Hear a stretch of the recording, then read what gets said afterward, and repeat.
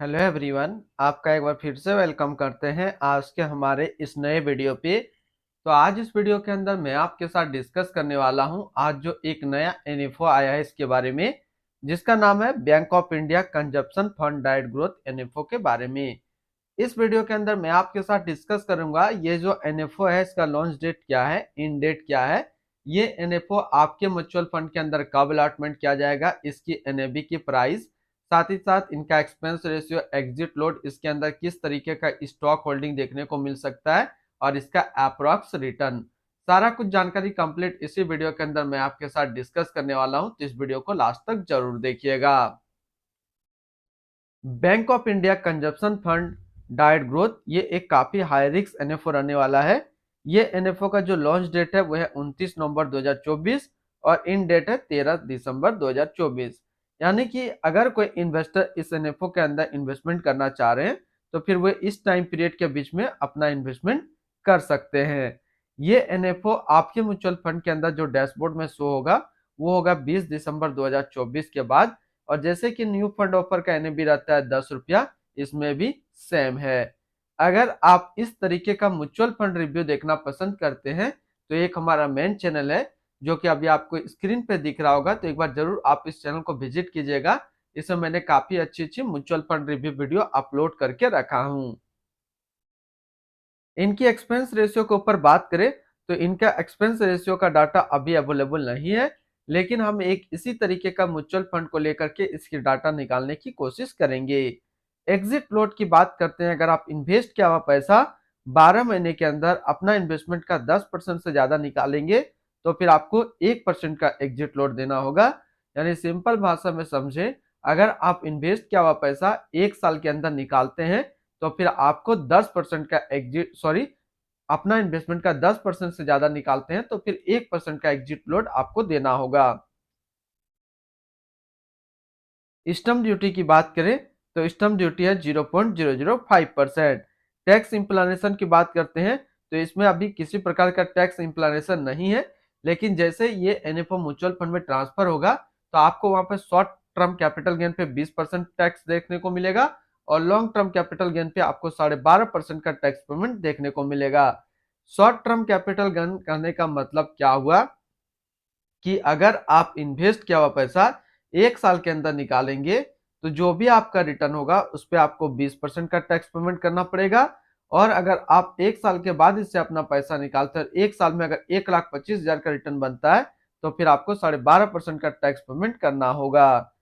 अगर आप इस एनएफओ के अंदर अपना इन्वेस्टमेंट करना चाह रहे हैं तो फिर आपको अभी के टाइम पे सिर्फ लमसम इन्वेस्टमेंट कर सकते हैं, जो कि मिनिमम लमसम अमाउंट आपको जो करना होगा वो 5,000 रुपया का करना होगा।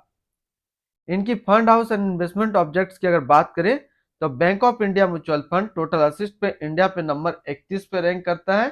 इसका टोटल असिस्ट अंडर मैनेजमेंट है 9,097 करोड़ का। Bank of India consumption fund diet growth ये एक अदर म्यूचुअल फंड है जो कि लॉन्च किया गया bank of India mutual fund की तरफ से।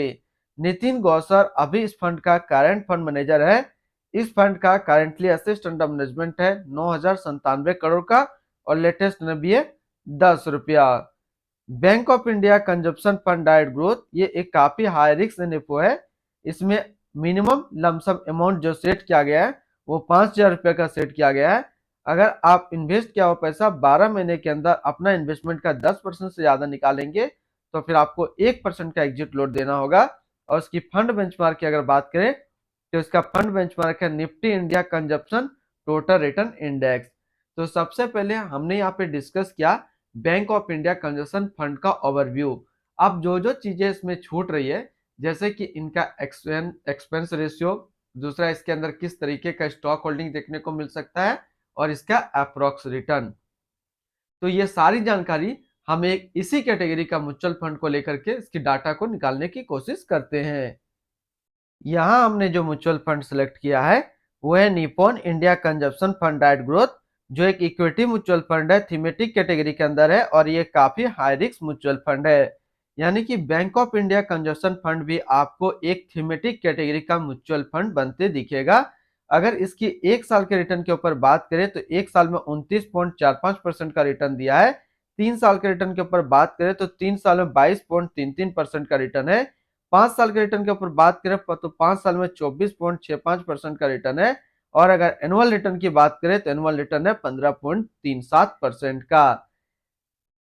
यहाँ पे बात करें अगर bank of India consumption fund अगर आप इन्वेस्टमेंट करते हैं तो आपको एनुअल रिटर्न जो देखने को मिलेगा, जैसे कि bank of India consumption fund में सिर्फ लमसम इन्वेस्टमेंट है तो आपको एनुअल रिटर्न 18 से 20% भी देखने को मिल जाएगा।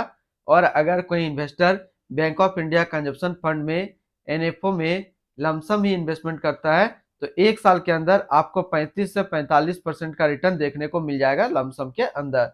ये तो बात कर लिया रिटर्न के ऊपर में। अब बात करते हैं स्टॉक होल्डिंग आपको किस तरीके का देखने को मिल सकता है। तो स्टॉक होल्डिंग आपको consumer step, service, automobile, others, communication और केमिकल्स, इन क्षेत्र में आपको स्टॉक होल्डिंग देखने को मिल जाएगा। अब बात करते हैं एक्सपेंस रेशियो का। जैसे कि ये थीमेटिक कैटेगरी का म्यूचुअल फंड है तो इनका एक्सपेंस रेशियो थोड़ा सा ज्यादा रहता है। यहाँ पे जो है निपॉन का है वो 0.66, तो आपको बैंक ऑफ इंडिया में 0.6 से लेकर के 0.7% के बीच में आपको एक्सपेंस रेशियो देखने को मिल जाएगा।